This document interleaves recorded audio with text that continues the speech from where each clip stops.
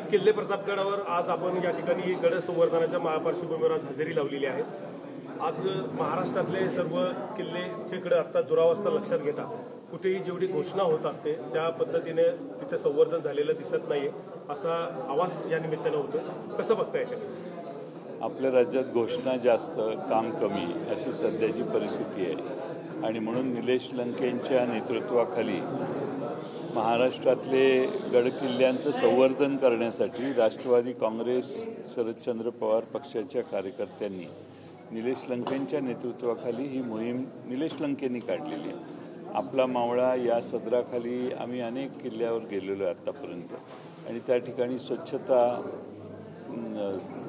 वनीकरण करणे, झाडं लावणे, त्या ठिकाणच्या बऱ्याच गोष्टी ज्या जुन्या अतिशय जीर्ण अवस्थेत आहेत त्या थोड्याशा त्याची डागडुजी करण्याचा छोटासा प्रयत्न करणे, असे सगळे उपक्रम हे गडावर गेल्यावर निलेश लंकेंच्या बरोबरचे त्यांचे सगळे सहकारी करत असतात। दिवसभर हे काम होतं।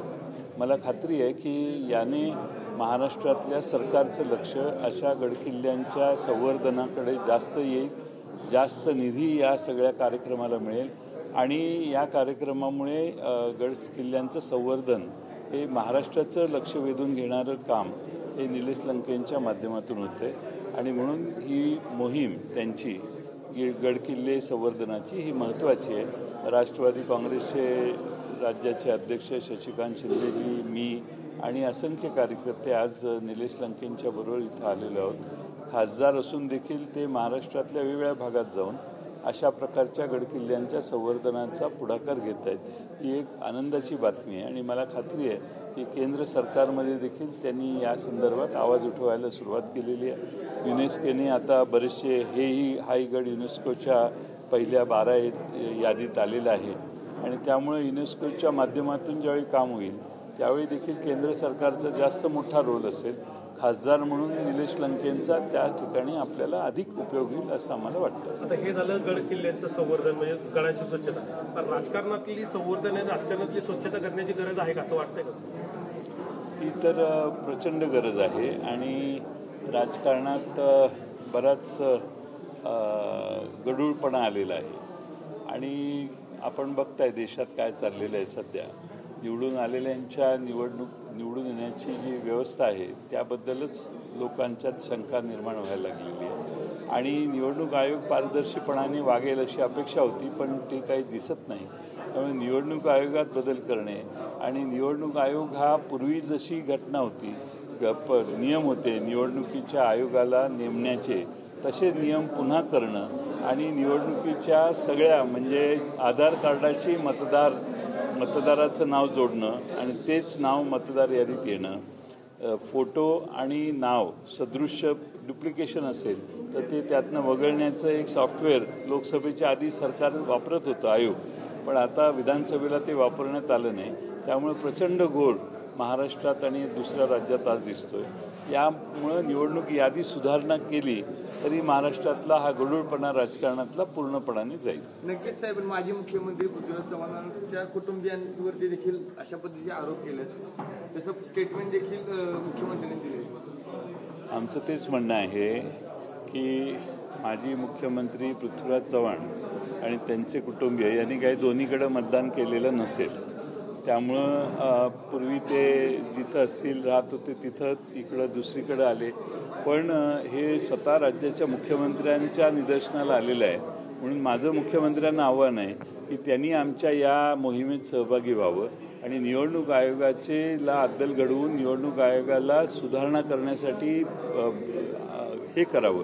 त्याचं निवडणूक आयोगाचं समर्थन करण्यापेक्षा ज्यावेळी केंद्र सरकारमधले भारतीय जनता पक्षाचे एक नेते यांनी देखील देशातल्या 6 लोकसभेच्या मतदार यादीतले घोळ दाखवले, राज्याचे मुख्यमंत्री तसे घोळ दाखवत आहेत, याचा अर्थ त्यांनाही मान्य आहे की हे यादीत घोळ आहे आणि मग यादीत घोळ आहे म्हणून तर निवडणुका चुकीच्या आहेत, निवडणुकीच्या या व्यवस्था चुकीच्या आहेत। या सुधारणेसाठी भारतीय जनता पक्ष ना काय म्हणतोय? भारतीय जनता पक्षाने सांगितलं पाहिजे की विरोधी पक्ष जे म्हणत आहेत त्यांची मागणी रास्त आहे आणि ते मागणी करतायत तशा सुधारणा निवडणूक यादीत केल्या, मतदार यादीत केल्या पाहिजे। साहेब, ज्यांचं शाहू फुले आंबेडकर यांचा विचाराचं असं नेतृत्व मानलं जातं असे अजितदादांच्या पत्नी सुनेत्रा ताई ह्या RSSच्या एका विशेष बैठकीत महिलांच्या एका ह्याच्यात भेटायला गेल्या आणि त्यानंतर मोठ्या प्रमाणात त्या ठिकाणी टीकेची झोड उठायला लागली.